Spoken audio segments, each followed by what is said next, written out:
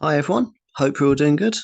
Right, this is the Tapology Unlucky Bastards UFC 300 Invitational. Now I know what you're thinking, like, Steve, what the fuck is that? Well, let me explain. So, as anyone following this series will know, we are currently in the middle of, well, probably not in the middle, and probably near the end, but we're currently in progress with the Tapology Lucky Bastard Game 18th edition. In that one, we are down to just two people left, namely Bellatrix and the MMA historian. But as it happens, their next event, a historic six round, by the way, has never got to that stage before, is UFC 300. And there was quite a lot of you that didn't want to feel like you missed out on this historic event. So this is the results. The Unlucky Bastards UFC 300 Invitational, which is a friendly spin off game featuring all the people that have already been knocked out of the 18th edition.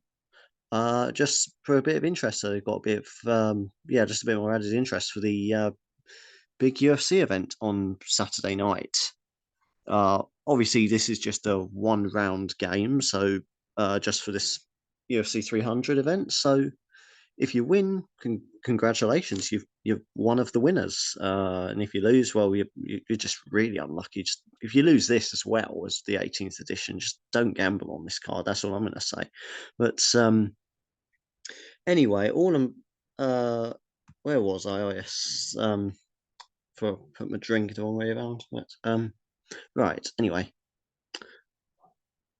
as I was saying, this is just a one round game, just a friendly spin off game. As for the proper 18th edition game, that will resume tomorrow night, where I'll make a separate video for the sixth round, which is just for Bellatrix and the MMA historian. That will be the one that counts. That will be the really serious one. This is just a friendly game to sort of pacify you guys. And in the meantime, uh, there's 31 players in here. Obviously, it's all the I've automatically entered all the original players from the 18th edition, minus, of course, Bellatrix and the MMA historian, as they're still in the proper game, and they'll get their turn tomorrow night. So, just to run through those lists again of the unlucky bastards that gets, I suppose, gets the honour of competing in this special one, but it's a consolation prize rather than an honour. That's the term I'm looking for. But anyway, they are A, laugh my arse off, and Nazy, however it's pronounced. Baron von Rattus, our current, well, he's been knocked out now, but was the winner of the 17th edition. So I suppose still defending champion, I guess, even though we know he's definitely not going to win this one, or the 18th edition anyway. Might be a winner in this one. Boom Shakalaka, Calfoth, Canhageries, Captain Quebec, D. Collins 44, Cheeseball, Costradamus, Damien Handel 420. Let's go 514. DJ Tommy Technique, Maxis 2, Foghorn Sam, Fresno MMA, KK Kombu, Cushy Cake, Mason Zero, Mule Floyd, Piggy Bank, Rigno, Chat, Schwer Industry, Sigu, me, Stephen Terry, Tartara, Trail Allman, Trig, Troz, Under Surveillance, and Ex-Con Chris.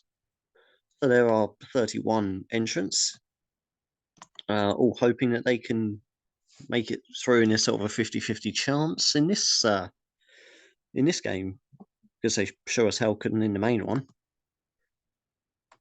Right, so now that we've clarified what's what, let's address the elephant in the room here. That poster isn't just the worst UFC poster I've ever seen. It is quite possibly one of the worst things in the history of graphic design. It is so bland and uninspiring. I just can't believe that that's the actual poster. I thought that was just a sort of a placeholder poster until I saw it, but then the closer we got to the event, it was like, holy shit, they're actually just going to use that one.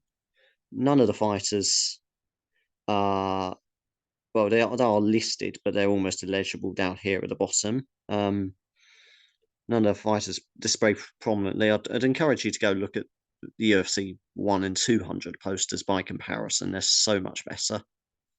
But I can't help but feel that is very much a shift away from the UFC. They don't want you to buy into the stars anymore. They want you to buy into the UFC brand rather than the individual fighters.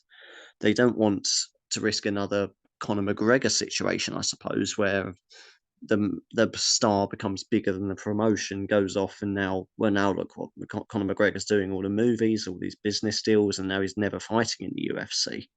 I suppose they don't want another situation like that. But it's a shame because it's very, you end up with a lot of very bland, very generic stuff like this, and these fighters, well, they're all they're all obviously fan favorites. They're all great fighters. We wouldn't be fighting on such a prestigious event if they weren't. So I feel it's a bit very, well, not just a bit, very disrespectful just to put them at the bottom there like that. And so even the bloody PPV bit, the pay-per-view bit, even the bloody T-Mobile Arena at the bottom is a larger font than the fighters' names. That's just unbelievable. Anyway, little rant over because I just words can't describe how much I hate that poster. Oh, that's why I made myself a drink actually because I knew I'd have to look at that poster a fair bit. Right. Anyway, not quite onto this stage yet. Forgot why I was completely distracted. Obviously, it's headlined by Alex Pereira versus Jamal Hall for the light heavyweight title. And that is a good fight. To be fair, there's been a lot of criticism online saying, "Oh, it didn't have a superstar fight," but in all honesty, I think right now, as far as title fights go, this is probably one of the most intriguing they could have made. So I have no complaints that this is what's headlining UFC 300 at all. And also one that I think is guaranteed to end in a finish. I can't see this one going the distance at all. It's just a question of will it be Yamaha Hall or will it be Alex Pereira that lands first? And I think it will be Pereira, simply because you just can't ignore all those years of kickboxing experience. I don't know how many fights he's had in kickboxing, but it's a ridiculous number, and very high level as well. And he's only 9-2 in MMA, but then again, I think Yamaha Hall's only like 12-1 or something like that. So he hasn't had a whole lot more MMA fights than Pereira. But I think Pereira is just the biggest threat on the feet, and I can't really see this fight going to the ground all that much. Maybe if Yamaha Hall's smart, that's where he might try and take it, but I can't see it ending up like that. I think it's just going to be a stand and bang fest, which I'm never going to complain about. And if that's the case, I think Pereira is coming out on top. So for my official prediction for that one, I've got Alex Pereira for a fourth round knockout. Um. Anyway, that's I've done enough rambling so far. Let's get on with the draw itself. This is obviously just a reminder, obviously a friendly one. You just need one fighter to get through and win. So I suppose the stakes are a lot less. But anyway, regardless of whether you feel there's less on the line or not, here it is: the Lucky Bastard Game. Unlucky, well, I'm not. It's not Lucky Bastard Game. I was just reading straight off the title there, but I've completely butchered that title on the screen there as well.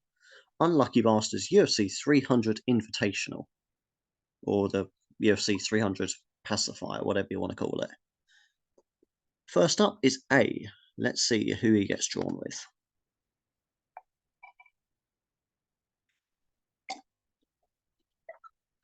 And he gets Calvin Cater. Calvin Cater there for A. laugh my arse off Nazi. Yeah, that's A, as we just call him usually in these games. And he's up, obviously, Calvin Cater, up against Aljamain Sterling, making his featherweight debut after very impressive run at bantamweight. 3 title defenses. He lost the 4th one, but a very impressive reign as champion there, beating Cejudo, Dillashaw, obviously Petr in the rematch as well, before losing it to Sean O'Malley. And Calvin Cater, very solid featherweight contender. It's only lost to the best in the division, namely Josh Emmett, Arnold Allen, Max Holloway. So he's a solid contender, but I think Aljamain Sterling is going to take this. So I've got him to win by decision. Simply because obviously was a very good champion for a bantamweight. I know he's a bit controversial, but I liked his reign as champion personally. He did everything that was asked of him. Not his fault that Dillashaw came into that fight injured. Not his fault that Cejudo came back after a long layoff to fight him. Is what it is. Not his fault that Petr Yan needed him in the fucking head while he was on the ground to get there in the first place. But anyway, I think that form's going to be good enough to take him through and win the fight against Calvin Cater. So I think that's not a great pick actually for A, but it's not impossible. I've seen stranger things in MMA, but I much prefer Aljamain Sterling for that one. Baron von Rattus, our defending outgoing champion, whatever you want to call him. He's now facing the wheel. And he gets Sodiq Youssef. Sodiq Youssef there for Baron von Rattus.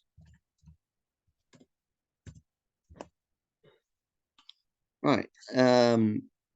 Again, that one I've gone with his opponent, Diego Lopez, for a decision win.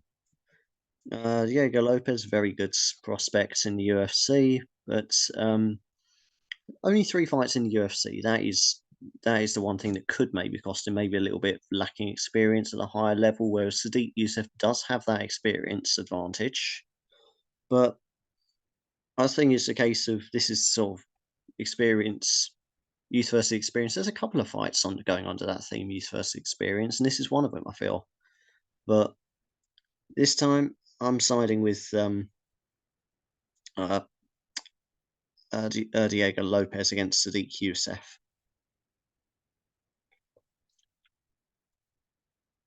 Anyway, 2 not great ones. I mean, you are all unlucky bastards after all, so I suppose that's natural. Baron, oh no, it's not. It's that was Baron von Rattus. This is Boom Shakalaka. Always a fun name to pronounce that one.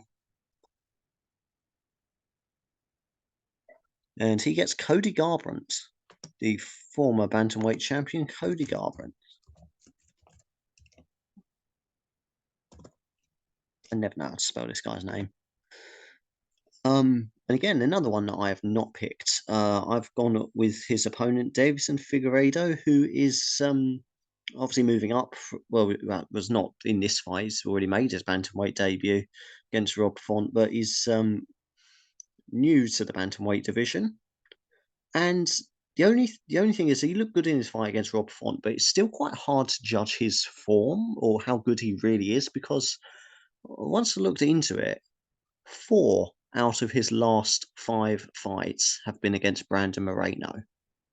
It is literally is fight with Rob Font and then Moreno, with varying results. So it's been a while since he's fought anyone not called Brandon Moreno, and in a completely different weight class. So really, in terms of recent form, all we can go off is the fight with Rob Font.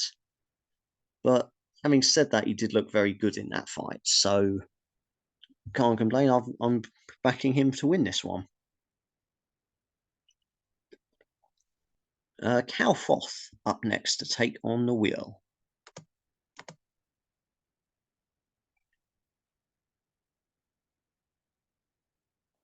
It's right on the line there, but he gets Renato Moicano. Renato Moicano there for Calforth.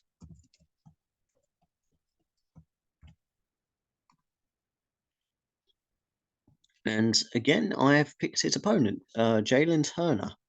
In that fight, I've got Jalen Turner to win by third round knockout.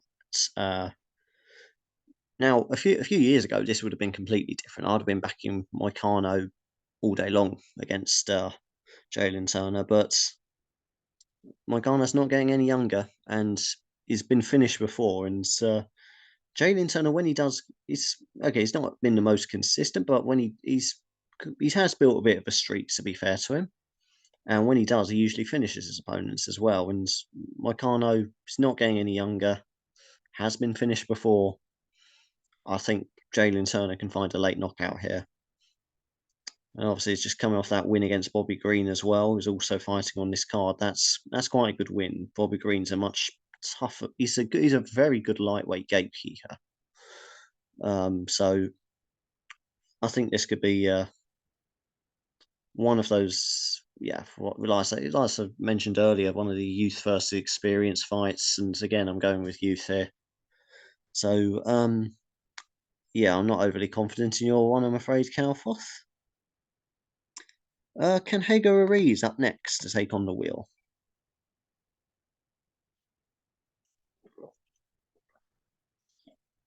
And he gets Bo Nickel. Bo Nickel there, biggest favourite on the card. Needless to say, I've also gone with Bo Nickel, first round knockout. He's up against Cody Brundage, which, full respect to Cody Brundage, as he knows how much the UFC want Bo Nickel to be a star. They know it's going to be a layup fight for Bo Nickel. They want to try and build his name. And no disrespect to Cody Brundage at all, but Cody Brundage is a very beatable opponent for somebody like Bo Nickel. So I just hope he's been offered good money for that. It's the UFC, of course he hasn't. But no, it's in all seriousness, no, mad respect to Cody Brundage for taking that one, but I don't think it's going to be a very good night for him. I'd love him to pull off the upset because that'd be brilliant. I just love a massive upset on UFC 300. That'd be really nice. Bo Nickel also the only one on the card with an O.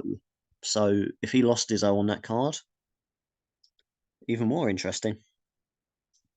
But needless to say, I think it's almost certain Canhego Ruiz is going to be one of our winners.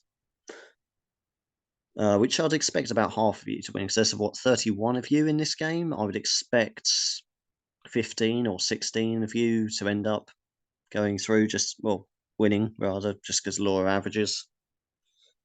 And I think Canhego Ruiz is going to be one of them. Captain Quebec up next.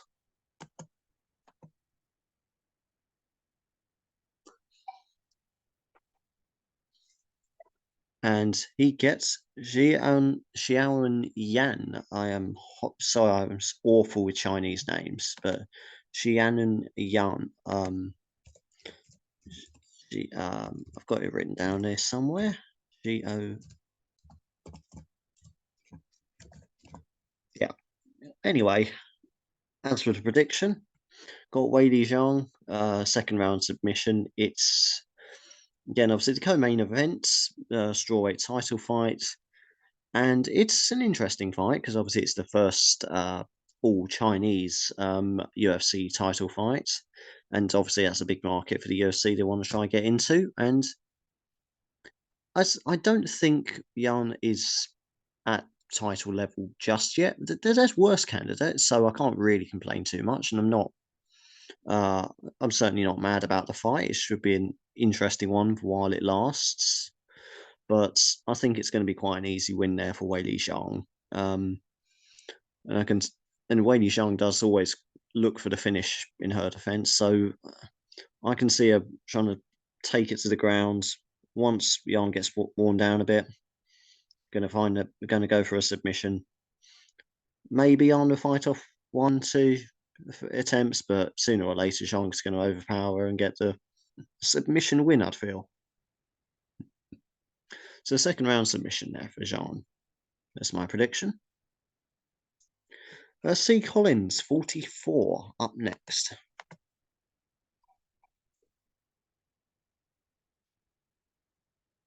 And he gets Bobby Green.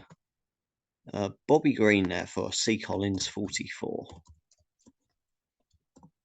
He's fighting obviously Jim Miller, who again I've backed. To be honest, I've picked him, but I don't really think he's going to win. I hope he does, and he's got a good chance.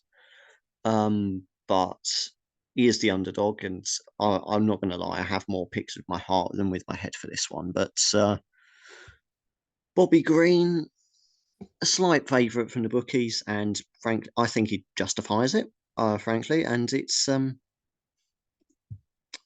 I say, it's obviously he's got his wins against Tony Ferguson and what's the other guy's name?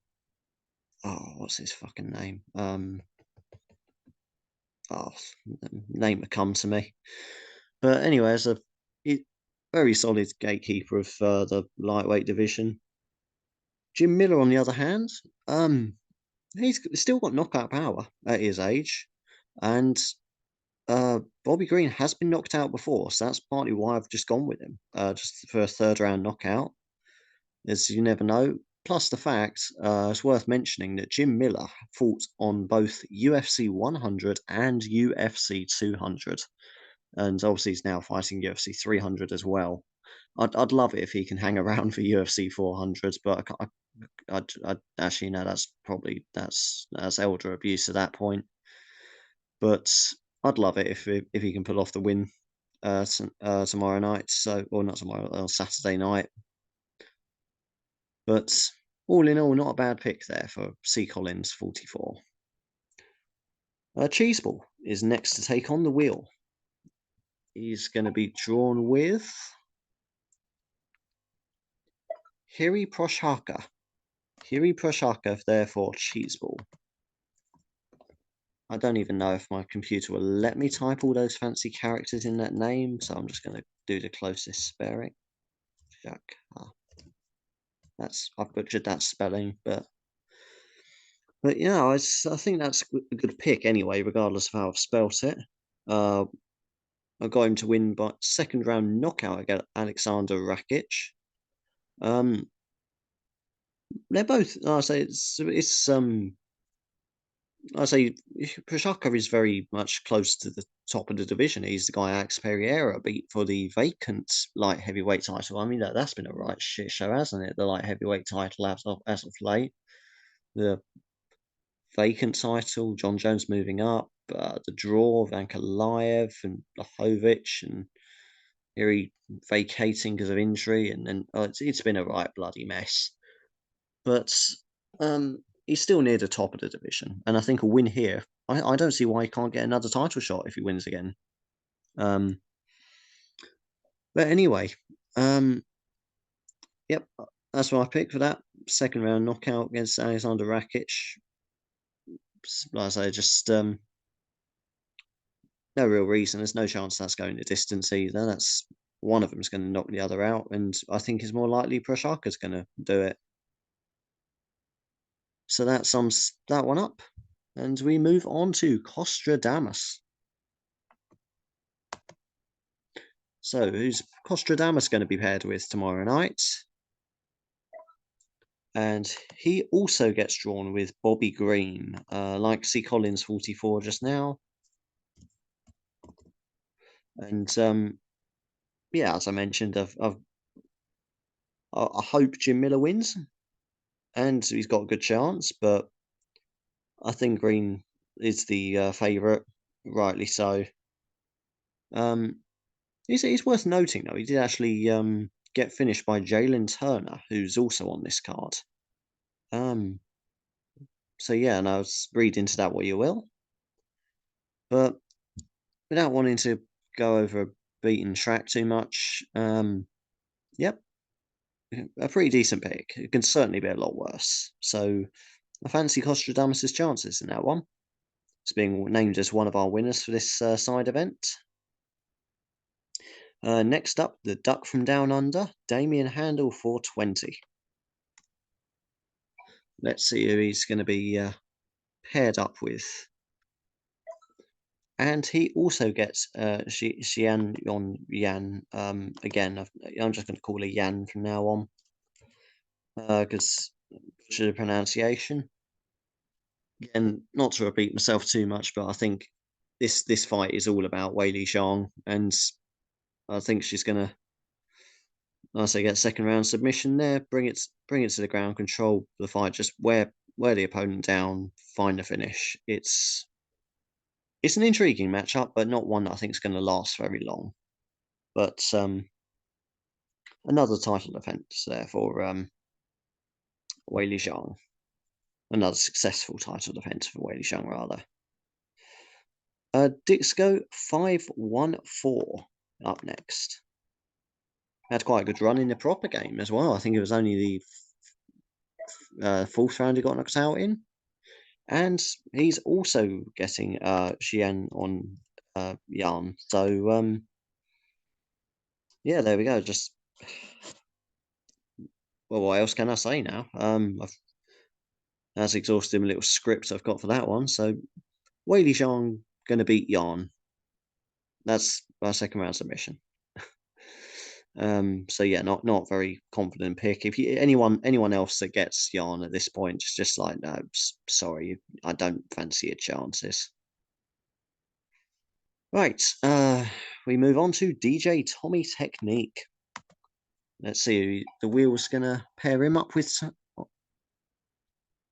Now, what are the odds of that? Xian on. Yeah, you're gonna lose, buddy. Sorry. Moving on to Dr. Max. Sorry, but yeah, no, it's not a lot I can add. So I don't mean to completely skip over you, but that's 3 times in a row. Like what I thought the wheel was meant to be a bit more random than that, but whatever, it is what it is. That's 4 people already with Yarn. Anyway, that's that co-main event certainly shaping up to be the Unlucky Bastards UFC 300 Invitational main event. Be interesting to see if anyone gets drawn up with Young to balance it out a bit. Anyway, Dr. Maxis 2. Is it going to be Xian and Yan again? Let's see who's going to get drawn with. Nope, it's not. He gets drawn with Charles Oliveira. Charles Oliveira. I think I spelled that right. For Dr. Maxis 2. Now, Charles Oliveira is actually the underdog in this one, which I disagree with, personally. Again, there's not, as mentioned, the theme of experience versus youth, blah blah blah. And obviously Oliveira's the veteran. Arman Tarsukian is the prospects, and minus 225 favorite last time I checked. Interesting. They're both coming off in their last fight a win off of Benil Dariush. So again, read into that what you will, but for my money, I still fancy Charles Oliveira. He's only lost recently to Islam Makhachev, and well, at the moment, who can beat him? Who can beat Islam Makhachev at the moment? And so there's no shame in that loss at all. And then when you consider who he's beaten Gaethje, he's beaten Poirier, he's beaten Michael Chandler. He's beaten the best of the division. He's beaten everyone around him. And Tarsukian just hasn't yet. He hasn't been tested against Poirier. He hasn't been tested against Gaethje. He hasn't been tested against Chandler. And yes, he does have some good wins. Dariush notable as well. That was, I think that was a real tiebreaker as to who the main prospect for the lightweight division is going to be going forward. But honestly, Charles Oliveira's got the better resume, and he's not over the hill yet.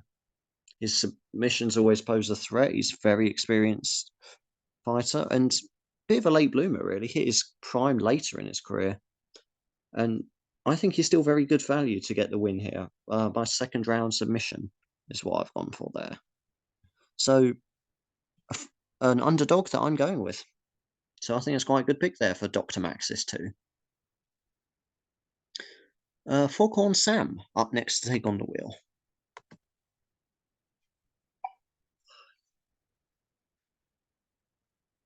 And he gets Jim Miller.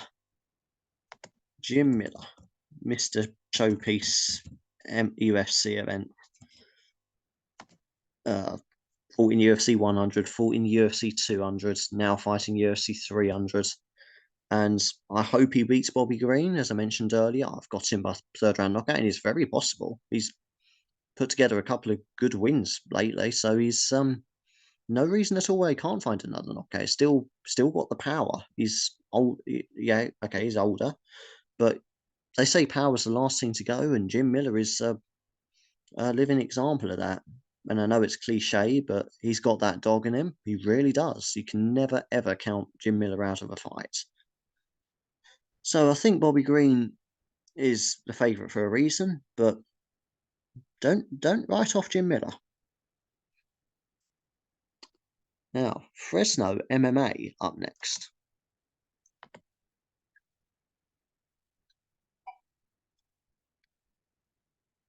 And he also gets Charles Oliveira, who's just popped up just now for Dr. Maxis 2. And as I've mentioned with, as I've just mentioned, I think he's got a very good chance. I'm a firm believer that iron sharpens iron. It's better to lose to the best than to beat those that aren't quite at that level. I appreciate you have to do that on the way up, but I think this is still going to be a step too much for Arman Tsarukyan. So I can still see Charles Oliveira getting the win here, despite being the underdog. The only thing that might go against him is the fact he does have some horrible weight cuts down to 155. That's the only thing. But as long as his weight cut goes well, I don't see why he wouldn't come in fully fit. Well, that is one thing to mention, actually. I'm doing this on a Thursday night. Normally, I record these videos on a Friday night. Tomorrow night, I'm going to be a bit busier. I've got a life. I know it's a shocking revelation, but anyway, that video is going to, because there's only two of them, Bellatrix and the MMA Historian, that's going to be a lot quicker to make. So I'm saving that one till tomorrow. Plus, it also gives the ones still in the proper game the benefit of having it done after the weigh-in, so we have a better idea of what the fighters are going to look like, what their chances are, or if, for instance, if anyone here, if any of your fighters miss weight and the fight gets called off, you're out, you're lost. So unlucky is the bastard that gets Kayla Harrison, because she's got quite a big drop down. So kind of waiting for that one to come up. So yeah, if you just one thing to bear in mind, if any of your fighters miss weight and the fight doesn't happen, or even if your opponent's fighter your fighter's opponent misses weight, you'll still be out. You need your fighter to win to get through. Anyway, KK Kombu up next. I could do with another bloody drink, actually.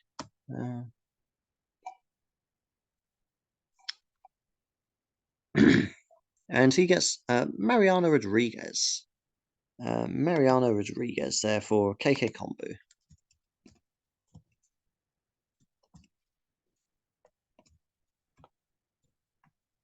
And yeah, he's no. Obviously, I'm not going to assume pronouns these days. That's a dangerous game to play. But she is fighting Jessica Andrade, who, honestly, she's finishable. Really, I think Andrade has been beaten before. But having said that, I remember last time Jessica Andrade appeared in a Lucky Bastard game, I spent half the video chatting shit about her, only to get drawn on myself, and then she also turned around and won her fight against Mackenzie Dern. So yeah, so I've learned never to underestimate Jessica Andrade anymore. But having said that, I am still siding with Mariano Rodriguez.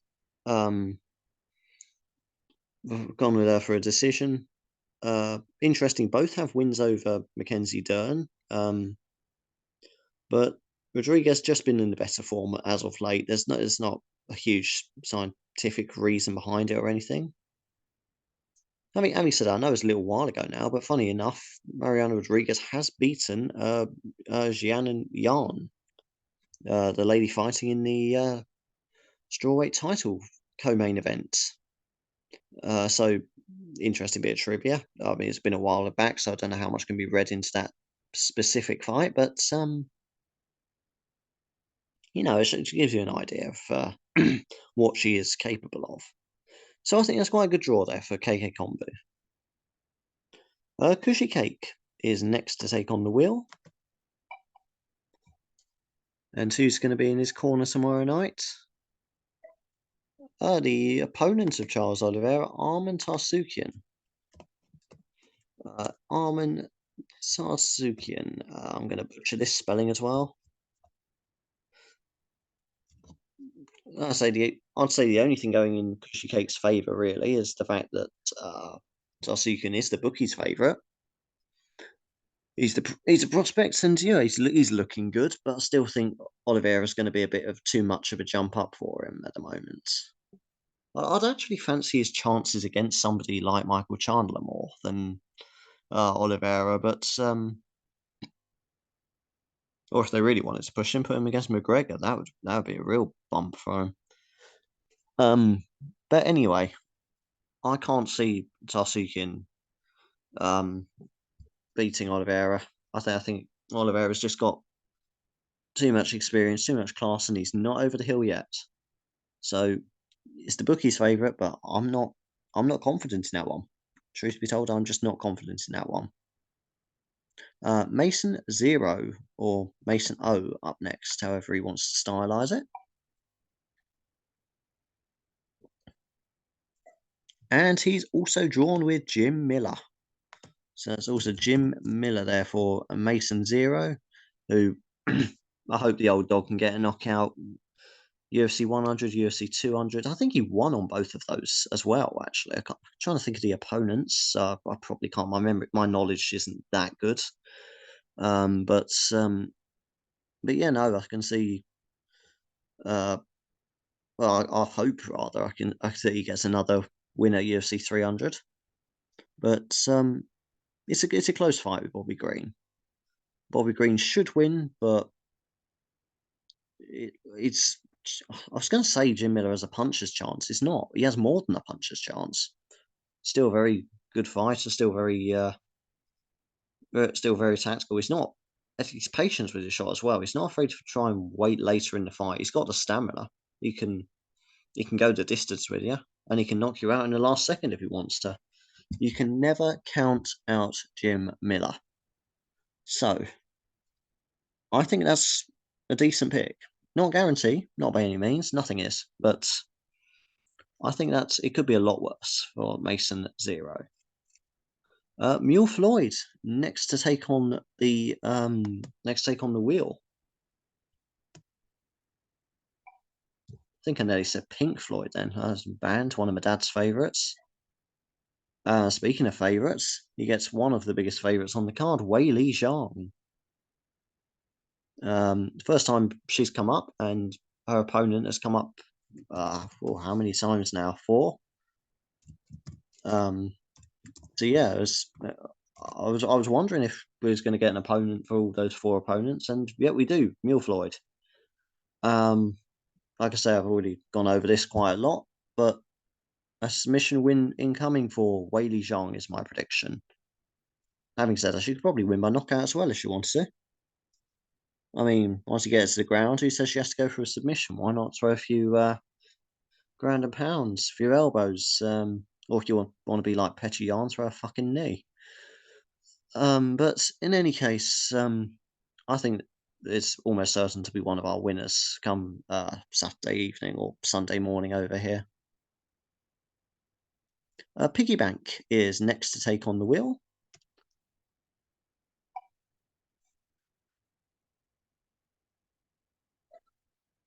And he gets Mariana Rodriguez. Mariana Rodriguez there again for Piggy Bank. KK Kombu also having Mariana Rodriguez. And as I said, as I learned last time not to write off Jessica Andrade, but Rodriguez been good form as of late, and she's been consistent as well. She hasn't always won, but she's always looked like she's never been in. Yeah, I suppose there hasn't been any fight recently where I've said no, she doesn't have a chance in. She's a bit of a dark horse in the division, in the women's strawweight division there. So I think that's a very tough fight for Jessica Andrade. But that's good news for Piggy Bank. Mariana Rodriguez should get that one. And he should be one of our winners as well. Rigno is next to take on the wheel.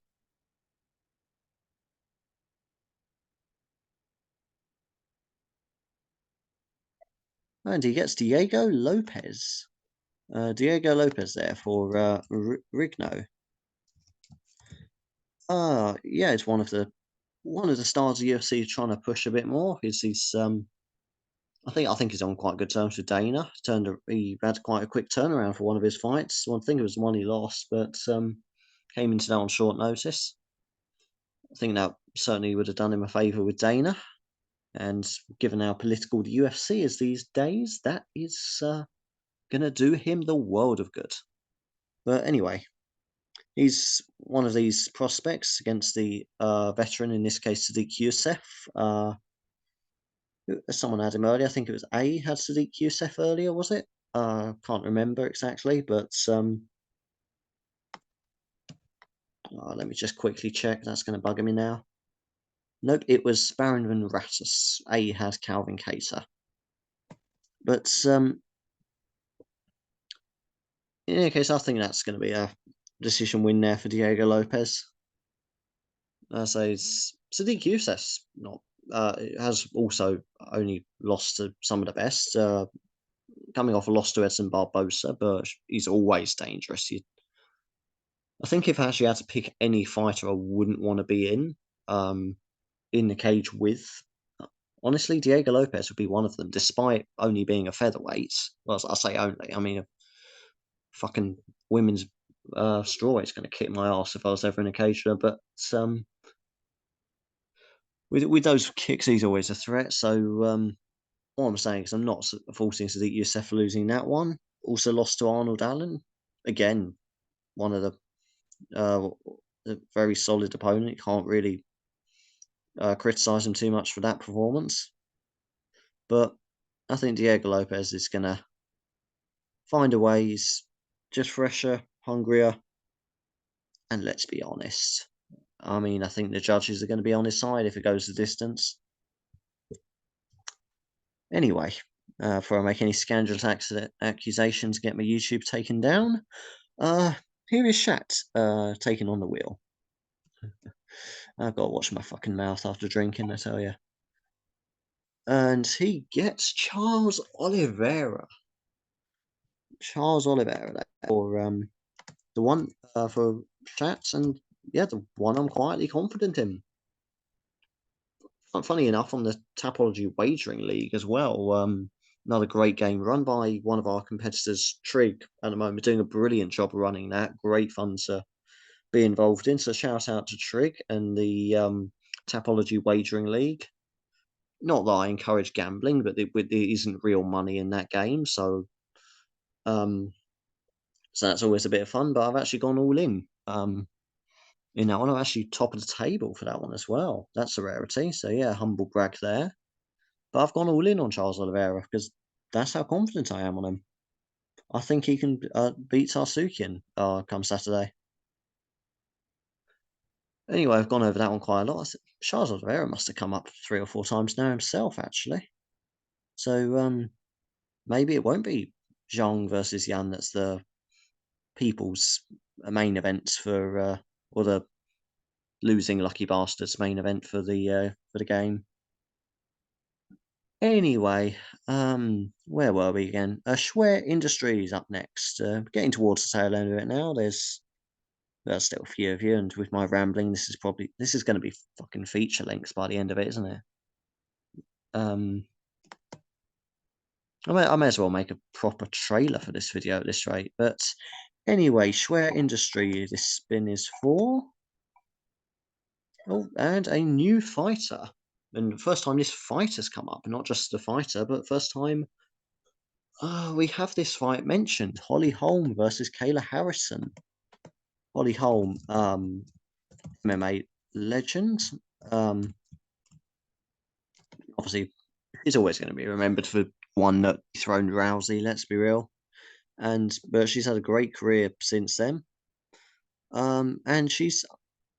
And yeah, okay, she's in the final fights of her career. She's 42, which I didn't realize. I still thought she was maybe 38, 37, something like that. But I was quite surprised when I looked it up and 42.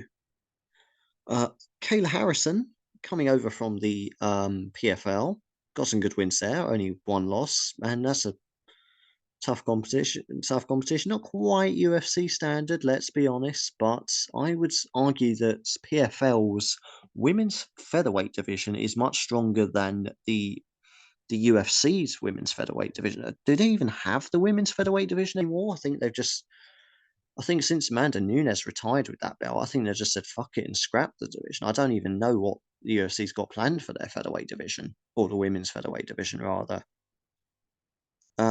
It's a shame because if Kayla Harrison had moved over a bit earlier, that would have been a brilliant fight. Amanda Nunes, Kayla Harrison. I'd have probably backed Amanda Nunes in that one, not gonna lie. But for this fight anyway, I've gone with Kayla Harrison to win a decision, but and this is a but. This, I believe, is her first time maybe fighting at 135. She might have fought 135 earlier in her career, but she's a natural featherweight. Let's be real. That's a big cut for her. First question is, can she make weight? I think even if she doesn't, the UFC probably be inclined to try and let the fight continue just because the big deal they've made to try and bring her over from the PFL. So I think even if she didn't, if she missed by maybe 2 or 3 pounds, they'll probably just let it slide, take a slice out of her purse. But she'd have to miss badly for it to be cancelled entirely. But having said that, the other thing to consider is how's she going to feel after that bigger cut? Because it kind of when I heard she was going down to 135, it kind of reminded me back when Chris Cyborg was trying to make that cut down to 135, and just that horrible video of us screaming in the bath trying to sweat it all off. I hope it's not a similar experience for Kayla Harrison, but it can't be denied that's really the main story of it. I don't want that to overshadow her judo credentials. Obviously, Olympic gold medalist, several time Olympic gold medalist in her weight class in judo, and always posing a serious submission threat because of that. And I don't think she's going to finish Holly with that. Given Holly's experience and how Harrison might feel after the weight cut, I can't see her getting the finish, but I can see her getting a decision win as long as she's feeling good, as long as she's feeling fine in herself. But I just hope for her sake she isn't going into that fight too dehydrated. Because if she is, that's not going to end well. You're just taking unnecessary damage there. I know fighters put themselves at risk all the time. It's the nature of the sport, but you don't want to see anyone in any excess danger than they need to be. So, anyway, I've gone off on a bloody tangent there, and I really have. Forgot Schwer Industry hasn't even got Kayla Harrison. He's got Holly Holm. So yeah, that's probably the most intriguing fight anyway, I'd say on the card. It's only one I'm going to be tuning into. Well, I'm going to be tuning into all of them, but I mean, paying extra attention to. Not risking nipping out to get a beer in the middle of that one. Anyway, for a completely loose track, and this probably exceeds whatever the video length is for YouTube, we move on to Sigu. And Sigu is drawn with Charles Oliveira, Pride of Brazil. Charles de Bronx, whatever you want to call him. I call him the fucking submission machine. That's what he's become lately, and he's beaten the best, usually by sub as well. But again, there's not a lot I can go over really. There's quite a few of you now that's been drawn with Charles Oliveira. I think that's now going to become the people's main event for this. And as I've said, I just can't see Tarsukian doing it. It's just too much of a step up there for Tarsukian. Right. Me, Stephen Terry. Let's see who I get drawn with. Naturally, I'm amongst the unlucky bastards, amongst the losers. Oh, that is. Oh, I love it. No, that's brilliant. Because last time, I've got Jessica Andrade, and last time I got she was on a video. I spent the whole time chatting shit about how she didn't have a chance against Mackenzie Dern, but then I got drawn with her despite chatting all that shit, and then she went and won as well. So yeah, that was she really showed me up on that one. So I think it's only fitting that I get drawn with Jessica Andrade again in this one as well. So yeah, fair play. And ironically, I am not going with her either. I've got a great big fuck off moth just flying in my face there, but yeah, no, I've gone with Mariana Rodriguez for the decision on that one. I'm not going to chat too much shit. I learned that lesson. So good luck to Jessica Andrade. That's all I'm going to say. For my more selfish reasons, to be honest, it's not noble reasons I'm backing her. But yeah, I don't think she's going to win, but I hope she does. We move on to Tartara. Tartara next. See who he gets drawn with. And he gets Yamaha Hill. Yamaha Hill there for Tartara. One of the main eventers. I think the first time the main events come up, actually. Obviously, the challenger, Alex Pereira, getting the vacant belt against Hiri Prasholka in the last fight. And as I mentioned in the intro about 5 years ago, I think that Pereira is going to win by a fourth round knockout. Although, let's be honest, it's just a case of which one of them lands first. It's going to be, if Hill's going to win, it's going to win by knockouts. And it's not like Pereira can't be finished. He got knocked out in the rematch with Izzy. I always call him Izzy, Israel Adesanya. But so it's possible that Hill could find that shot, the finish of it. But I think it's much more realistic that Alex Pereira finds it, especially with his kickboxing credentials. So anyway, Tartar is going to be hoping that the light heavyweight title changes hands yet again on Saturday night. Down to the last five now. Trail Allman is next. And the wheel has paired Trail Allman with Max Holloway. The first time that fight's come up as well. Max Holloway there for Trail Allman. Fighting Justin Gaethje, of course, in the baddest motherfuckers title, which is the stupidest shit that the UFC's introduced for many years. So I'm not counting that as a title fight. I've mentioned it now, but that's out of the way. That belt means nothing. That's some WWE type shit. And no, I'm not a WWE fan, if you might have guessed from some of my previous comments in this and previous videos. But anyway, regardless of the bloody belt being on the line, that's a brilliant fight. I don't like it too much from Max Holloway's point of view because I think, he's a very hittable fighter. His stats, his striking stats are absolutely fucking insane. He hits his opponents a lot, but he also gets hit a shit ton as well. He's very hittable. I think he also has the most strikes absorbed as well as landed, which is just ridiculous. And let's be honest, against Justin Gaethje, you don't want to be hittable. That style's not going to end well for you. Justin Gaethje obviously finishing off Dustin Poirier with that head kick. I think I've gone with Justin Gaethje for a decision, but that's more out of hope rather than there is a decision. I think he could find a late TKO. I think it'd probably be a case of he just beats the brakes off of Holloway, and the ref will have to step in and say, "Look, Max, you're a tough dude, but come on, this is you're gonna just get hurt." But I hope it doesn't. But I hope he comes out of that fight all right.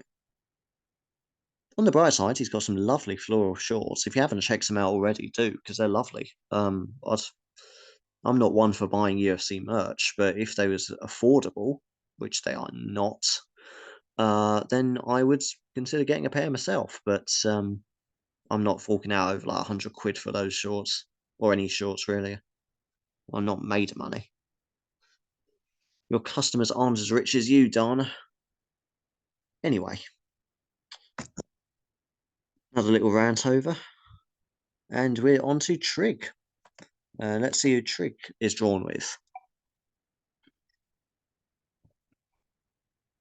And he gets Cody Brundage, the biggest underdog on the cards. So let's just get that one out of the way. Obviously fighting Bo Nickel. He doesn't have a chance really, but I hope he does. I'd love to see him win. And as I said earlier, mad respect for him to taking that fight. But it's yeah, I can't see how Bo Nickel doesn't win. To be honest. Yeah, quite similar. I just can't think of a single way that Cody Brundage does get the win there. But let's hope. Let's root for the underdog for Trig's sake and for Cody's sake. It'd be great to see that happen. Troz is next to take on the wheel.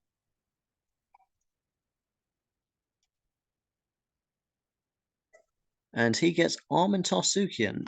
Yeah, now with that, this is the Charles Oliveira is definitely Arman Tarsukian fight is definitely going to be the people's main event of this, because that's a lot of interest between you all on this fight. So yeah, that's well, that's the trouble is once you get double up like this, it just becomes you run out of things to say. I just think it's too much of a step up. That's all I'm going to say for that because I've gone over that a million times now. But is the bookies' favourite, so maybe for Tross's sake, they hope that the bookies know something that I don't. The penultimate one, Under Surveillance. Let's see who'll be surveilling on Saturday night. They'll be looking out for Renato Moicano. He pops up earlier in the game, about 3 hours ago. And yeah, he's. I say I've got I've got Jalen Turner to win that one by late knockout. But as I mentioned, it's just Jalen Turner's on the up. Renato Moicano, he's well past the prime of his career, let's be honest, and not getting any younger. But who knows? Maybe he can just dig into that experience and pull off an upset, one for the old timers. And finally, after this little marathon of a friendly game, Ex-Con Chris. Let's see who Ex-Con Chris gets drawn with. And he gets Aljamain Sterling. Aljamain Sterling there for Ex-Con Chris. And like I say, as obviously I'm biased because I'm a fan of his. I say he had a very good, if somewhat controversial, bantamweight reign, but it will be respected. It will age very well, I'm sure, in years to come. I say he's moving up to featherweight, taking on Calvin Cater, and I can see him getting that one. Probably by decision, but I don't think he's going to be undersized at all because he was always quite large for the bantamweight division. So I think he's going to be. I think he's going to fit in perfectly at featherweight. So I don't think that's going to be a problem. And I don't see any reason at all why he won't quickly settle into the fight. And yeah, so I'll take it to Calvin Cater. And I mean, I suppose there's the risk that Calvin Cater, being much more of a sort of a boxer type puncher kind of guy, and well, he is coming off a knockout loss, Sterling. So who knows? But I fancy X-Con Chris's chances of being named one of our winners here. Okay, so several hours later than I was planning, but this is probably the longest video I've ever made, isn't it? But we'll just run over those names because I've no doubt you've forgotten or zoned out. If you're still watching by this point, fair play to you. But please, wow, um, well, all I can say is I'm jealous of how much free time you've got. That's all I'm gonna say. Having said that, I'm a hypocrite because I've made the bloody video, so I should shut my fucking trap, really. Anyway, if you're still with us, fair play to you. Mad respect for that. I wouldn't bother watching all my videos this far into it, or I wouldn't start watching my videos, let's be honest. Anyway, just run over those names quickly for those that are still watching. We have A with Calvin Cater, Baron Van Rattus with Sadiq Youssef, Boom Shakalaka with Cody Garbrandt, Cal Foth with Renato Moicano, Kenhager Ariz with Blue Nickel, heaviest favourite on the card. Captain Quebec, the first to be drawn with Jian on Yan. I'm just going to put Miss Yan. Mrs. Yan, I don't know. Is she married? I don't know her. I have no idea. He got into 44 with Bobby Green. Cheeseball with Hiri Pochaka. Costradamus also with Bobby Green. And we have three in a row here with Damien Handel, Dixco 514, and DJ Tommy Technique, all with Jianon Yan. Dr. Maxis 2 with Charles Oliveira. Focon Sam with Jim Miller. Fresno MMA also with Charles Oliveira. KK Combo with Mariano Rodriguez. Cushy Cake with Armand Tarsukian. Mason Zero with Jim Miller. Mule Floyd with Whaley Zhang. Piggy Bank with Mariano Rodriguez. Rigno with Diego Lopez. Shat is drawn with Charles Oliveira as well. Square Industry with Holly Holm, the only one in that fight. Sigu with Charles Oliveira. Me with Jessica Andrade. Quickly forming a love-hate relationship with Jessica Andrade, really. Tartarov with the title challenger and main event, Yamaha Hill. Trail Allman with Matt Holloway. Trig with Cody Brundage, biggest underdog on the cards, but good luck to you. Always root for the underdog, always root for the little guy. Troz with Armin Tarsukian, Under Surveillance with Renato Moicano. And finally, ex-con Chris with the former bantamweight champion Aljamain Sterling. So that concludes the draw. As I will say, don't take this too seriously. Have fun, but this is just to pacify you guys, just to kill the time, really, because obviously it's Sony Bellatrix and the MMA Historian who are still in the proper draw. I'll make the video for them tomorrow night, and one that I'll take a lot more seriously. But this is just to sort of pacify you lot until the next one, just a bit of fun because it's a historic MMA event similar to the one we did with the what do they call it? Day of Reckoning. That's it. Boxing card back in December. But yeah, this is just to pass the time for the rest of you and to be involved in this big UFC 300 rather than waiting for the next fight night cards because some of you guys would rather be associated with Charles Oliveira than Jonathan Pierce. But like I say, it's all in good fun, this video. It's been a joy making it. If you're still watching, fair play to you. I hope you've enjoyed watching. You probably haven't, and I'm sorry, but yeah, no, fair play to you if you are. as always, if you've got bets on this card, given you guys are the unlucky bastards, I would advise against that. But if you have got bets on this card or going to have bets on this card, good luck with them. Good luck with your Tapology picks, and good luck in this little spin-off game. And until, well, maybe not next time, because obviously, in the proper game, Bellatrix and the MMA historian could hypothetically still be fighting outcome UFC 400, UFC 500, UFC 1000, UFC 3000, UFC 546 million, whatever. Well, I'll be long dead by then. But anyway, until there that game concludes, whether that's tomorrow night, whether that's this week or week after, or some point in the many distant future. Many distant future. Fucking hell, what's that? What was that? In the distant future. Anyway, until next time we see you, or have an excuse to do a spin-off game, or have an excuse to make a new game, best of luck, and so long for now.